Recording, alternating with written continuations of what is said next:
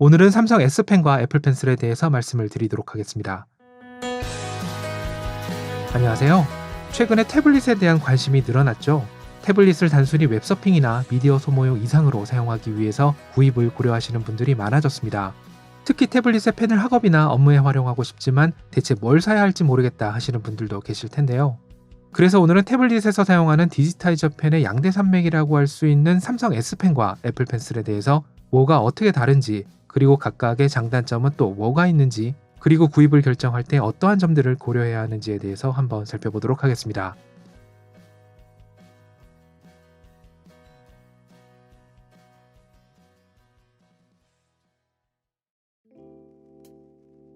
일단 삼성 S펜과 애플 펜슬을 어떤 태블릿에서 사용할 수 있는지에 대해서부터 살펴보겠습니다. 먼저 말씀드리고 싶은 건 호환성에 대한 건데요. 기본적으로 삼성과 애플은 서로 다른 기술을 사용하기 때문에 펜이 서로 호환이 되질 않습니다. 그리고 모든 태블릿이 전부 다 디지타이저 펜을 지원하는 것도 아니어서 태블릿을 구입하실 때 펜을 사용할 수 있는지 없는지를 잘 살펴보셔야 합니다. 삼성 제품 중에서는 일단 갤럭시 탭 S 시리즈가 기본적으로 삼성 S펜을 지원하고요. 그 외에는 보통 제품명에 with S펜이라는 문구가 포함되어 있어야 합니다. 아이패드는 현재 애플에서 공식적으로 판매하고 있는 모든 제품에서 애플 펜슬을 지원하고 있는데요. 하지만 단종된 아이패드 중에서는 애플 펜슬을 사용할 수 없는 제품들도 있고, 애플 펜슬을 사용할 수 있더라도 어떤 건 애플 펜슬 1세대를 사용해야 되고, 또 어떤 건 애플 펜슬 2세대를 사용해야 되고, 게다가 아이패드 호환 펜슬 같은 경우에는 애플 펜슬이랑 별개로 지원되는 기종이 또 다 달라서 특히 더 주의를 하셔야 하는데요. 이거랑 관련해서는 제가 이미 자세하게 정리를 해둔 영상이 있으니까 필요하신 분들은 우측 상단의 카드나 영상 더보기란의 링크를 참고해 주시기 바랍니다. 자, 그러면 첫 번째로 두 펜의 작동 방식이 어떻게 다른지에 대해서 알아보도록 하겠습니다. 그런데 내가 펜이 어떻게 작동하는지까지 알아야 되나 하시는 분들도 계실 텐데요. 제가 이렇게 펜의 작동 방식을 간단하게나마 말씀드리는 이유는 이것 때문에 삼성 S펜과 애플 펜슬의 성격이 완전히 달라지기 때문입니다. 먼저 삼성 S펜은 와콤 EMR 기술을 바탕으로 하고 있는데요. EMR 방식은 펜 작동을 위한 에너지를 태블릿 본체로부터 전달을 받습니다. 그래서 기본적인 동작을 위해서는 펜에 배터리가 들어갈 필요가 없어서 펜이 상대적으로 가볍고 가격도 저렴한 편입니다. 그런데 일부 삼성 S펜은 충전을 하는 경우가 있는데요. 하지만 이건 에어 액션이라는 S펜의 부가적인 기능을 위한 것이기 때문에 충전을 하지 않더라도 펜으로 획을 긋는 기본적인 동작에는 아무런 문제가 없습니다. 참고로 EMR 방식은 정전식 터치 패널 외에 펜 작동을 위한 패널이 물리적으로 하나 더 추가가 되어야 하는데요. 지금이야 많이 좋아지긴 했지만 예전에는 EMR 방식을 사용한다고 하면 추가되는 이 패널 때문에 본체가 상대적으로 더 두꺼워진다는 인식이 많았었습니다. 반면에 애플 펜슬은 삼성 S펜과 다르게 펜이 작동하기 위한 에너지를 펜 스스로 가지고 있어야 합니다. 그래서 펜 내부에 배터리가 들어가야 하기 때문에 상대적으로 무겁고 가격도 더 비쌉니다. 그리고 EMR 방식과 다르게 펜을 위한 별도의 패널이 필요하지 않아서 터치 패널 하나로 손 터치와 펜 입력을 동시에 받아들이도록 되어 있는데요. 결국 내부적으로 손 터치랑 펜 입력 두 개를 구분하긴 하지만 사실 펜 입력이 아주 정교한 손 터치랑 마찬가지인 셈입니다.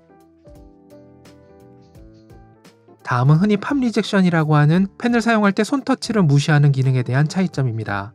EMR 방식인 삼성 S펜은 상대적으로 단순한 방법을 사용하는데요.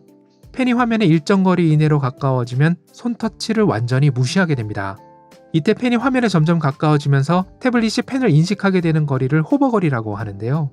이 호버거리가 너무 짧으면 펜 대신 손터치가 인식이 되기 때문에 어느 정도 호버거리가 길수록 좋습니다. 그런데 애플 펜슬은 팜 리젝션이 어떻게 이루어지는지 공식적으로 알려지지는 않았는데요. 확실하지는 않지만 호버거리와 손이 화면에 닿는 면적, 그리고 손과 펜이 닿는 순서와 같이 여러 가지 요소들을 종합한 알고리즘을 바탕으로 처리를 하는 것으로 보입니다. 다음은 펜 입력이 처리되는 과정에 대해서 알아보겠습니다. 삼성 S펜은 앞에서 말씀드린 호버거리 이내로 펜이 화면에 가까워지게 되면 손 터치를 무시하면서 펜을 인식하게 됩니다. 그리고 펜 쪽이 화면에 닿은 후에 펜의 일정 압력 이상 가해지면 그제서야 펜 입력으로 받아들이면서 획이 화면에 표시됩니다. 하지만 애플 펜슬은 이 과정이 훨씬 단순한데요. 펜이 일정 범위 안으로 가까워지게 되면 화면에 펜이 실제로 닿지 않았는데도 펜 입력이 시작됩니다. 결국 애플 펜슬은 펜 입력 반응 속도가 상대적으로 더 빠르다고 인식을 하게 되는데요. 하지만 펜이 화면에 닿을 때와 마찬가지로 펜이 실제로 화면에서 떨어졌는데도 일정 범위까지는 계속해서 획이 그어지기 때문에 이른바 갈고리 현상이 더 심하게 나타납니다. 다음은 화면의 끝부분에서 펜 초점이 틀어지는 외곽 오차에 대한 차이점입니다. EMR 방식에서 태블릿 본체가 펜 촉의 위치를 결정하기 위해서는 펜 촉이 닿는 곳을 기준으로 360도 모든 방향의 주변 정도가 반드시 필요한데요. 하지만 펜 촉이 화면 끝부분으로 갈수록 위치 정보가 부족하기 때문에 펜 초점이 부정확해지는 이른바 외곽 오차가 나타납니다. 앞에서도 말씀드렸던 것처럼 애플 펜슬의 경우에는 펜 입력이 일종의 아주 정교한 손터치랑 마찬가지이기 때문에 상대적으로 외곽 오차가 덜 나타나는 편입니다. 이번에는 흔히 레이턴시라고 하는 지연 시간에 대해서 알아보겠습니다. 펜 지연 시간은 실제로 화면에 펜이 닿았을 때부터 화면에 획이 표시될 때까지의 시간인데요. 실제로 종이의 펜을 사용할 때에는 이런 개념이 아예 없기 때문에 이 지연 시간이 높을수록 사용자가 이질감을 느끼게 됩니다. 애플은 2019년에 아이패드 OS를 발표하면서 20ms이었던 펜 레이턴시를 9ms로 줄였다고 했는데요. 이 부분에서 상대적으로 뒤처졌던 삼성 S펜이 갤럭시 노트 2N이랑 갤럭시 탭 S7 시리즈에서 펜 레이턴시를 59ms에서 9ms로 크게 개선을 시키면서 이제는 적어도 스펙상으로는 애플 펜슬이랑 똑같아졌습니다. 다음은 펜 촉의 차이점입니다. 펜 촉은 실제로 펜이 화면과 닿는 유일한 부분이기 때문에 이 펜 촉에 따라서 필기감이 크게 달라지게 됩니다. 삼성 S펜은 기본적으로 부드러운 고무 재질의 펜 촉이 달려있고요. 필요하다면 더 단단한 재질의 펜 촉으로 교체를 할 수가 있습니다. 그리고 삼성 S펜과 호환되는 다른 펜들도 고무나 플라스틱 혹은 섬유 재질의 펠트심과 같이 다양한 재질의 펜 촉을 상대적으로 쉽게 구할 수 있습니다. 반면에 애플 펜슬의 펜 촉은 겉이 플라스틱으로 되어 있고 내부에는 금속으로 된 전극이 있는데요. 그래서 펜 촉이 화면에 닿을 때마다 딱딱거리는 소리가 크게 나고요. 펜 촉이 상당히 미끄러워서 손에 힘이 많이 들어가는 데다가 추가 펜 촉의 가격도 상대적으로 비싼 편입니다. 자, 이제 결론입니다. 앞에서 말씀드린 내용을 바탕으로 삼성 S펜과 애플 펜슬의 장단점에 대해서 정리를 해보자면, 일단 삼성 S펜은 기본적인 펜 작동을 위해서는 펜 내부에 배터리가 필요하지 않기 때문에 충전에 대한 부담감이 없고 펜 무게도 가벼운 데다가 가격도 상대적으로 저렴하고요. 펜 촉의 재질이 다양해서 취향에 따라 교체를 할 수도 있고 펜 촉을 쉽고 저렴하게 구할 수 있다는 장점도 있습니다. 무엇보다 필기할 때 소음이 거의 발생하지 않아서 학업용으로 사용하실 분들한테는 이 부분이 큰 장점이라고 할 수 있을 것 같습니다. 하지만 팜 리젝션이 작동하는 방식이 단순하기 때문에 손보다 펜을 먼저 화면에 가까이 하는 데 익숙해지기 전까지는 좀 불편하다고 느낄 수도 있고요. 그리고 외곽 오차가 두드러지게 나타나는 것 역시 단점이라고 할 수 있습니다. 반면에 애플 펜슬은 반응 속도가 빠르고 팜 리젝션이 상대적으로 더 잘 된다는 장점이 있습니다. 그리고 태생적으로 외곽 오차에서 자유롭기 때문에 화면 구석구석까지 활용할 수 있다는 것 역시 장점이라고 할 수 있는데요. 하지만 펜 내부에 배터리가 들어가기 때문에 충전을 해줘야 하고 펜이 무겁고 비싸다는 단점이 있습니다. 특히 펜 촉의 경우에는 소음이 크게 발생하는 데다가 펜 촉의 재질도 한 가지밖에 없고 가격도 더 비쌉니다. 그리고 무엇보다 애플 펜슬 특유의 작동 방식 때문에 갈고리 현상이 더 심하게 나타나는 것도 단점입니다. 그리고 삼성 S펜의 지연 시간이 엄청나게 개선이 되면서 그동안 펜 레이턴시가 짧다는 애플 펜슬의 큰 장점 하나가 사라졌다는 점도 어떻게 보면 상대적인 단점이라고 할 수 있겠습니다. 앞에서 말씀드린 내용들을 종합해보면 삼성 S펜이나 애플 펜슬이나 어느 한쪽이 더 낫다고 명확하게 말씀을 드리기가 어렵습니다. 그리고 사용자들 사이에서 흔히 이야기하는 필기감이라는 것도 마찬가지인데요. 이게 펜 촉이 화면에 닿는 느낌, 그리고 펜 지연율, 이렇게 하드웨어적인 요소뿐만 아니라 앱에서 획이 어떻게 구현이 되는가 하는 것처럼 필기감이라고 평가하는 요소가 사람마다 모두 다 다르기 때문입니다. 그래서 대체 뭘 사야 되냐라고 물으신다면 본인의 상황이나 취향에 맞는 걸 고르세요 라고 할 수밖에 없는데요. 디지타이저 펜이 지원되는 태블릿 구입을 생각하고 계시는 분들한테 참고가 될 만한 내용을 몇 가지 말씀드리자면, 첫 번째로 일단 먼저 과연 나한테 펜이 정말 필요한가 부터 잘 생각을 해보셨으면 좋겠습니다.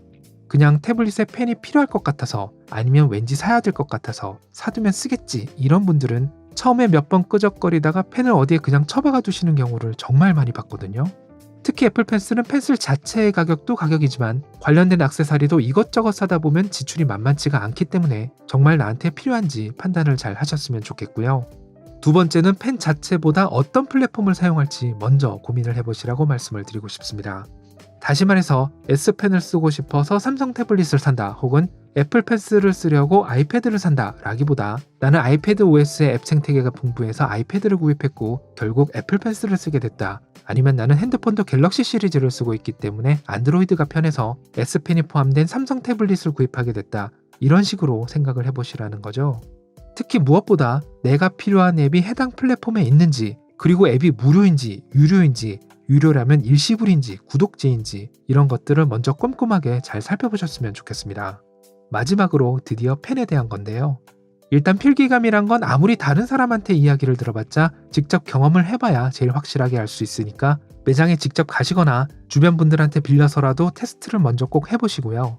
펜을 테스트하실 때에는 그냥 글자 몇 마디 낙서처럼 끄적이는 것보다 최소한 애국가 1절부터 4절까지는 써보시는 것을 추천드립니다. 그렇게 쭉 글자를 적으시면서 손에 쥐었을 때의 느낌이나 무게는 어떤지, 펜 쪽의 소음은 얼마나 되는지, 팜 리젝션은 쓸만한지, 그리고 화면 끝자락에서 펜이 어떻게 작동하는지 외곽 오차도 한번 확인해 보시고요.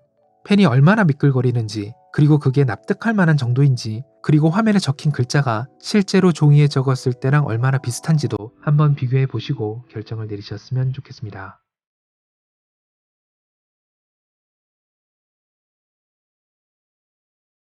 자, 오늘은 여기까지고요. 혹시 궁금한 점 있으시면 댓글 남겨주시고 저는 다음에 다른 영상으로 또 찾아뵙도록 하겠습니다. 감사합니다.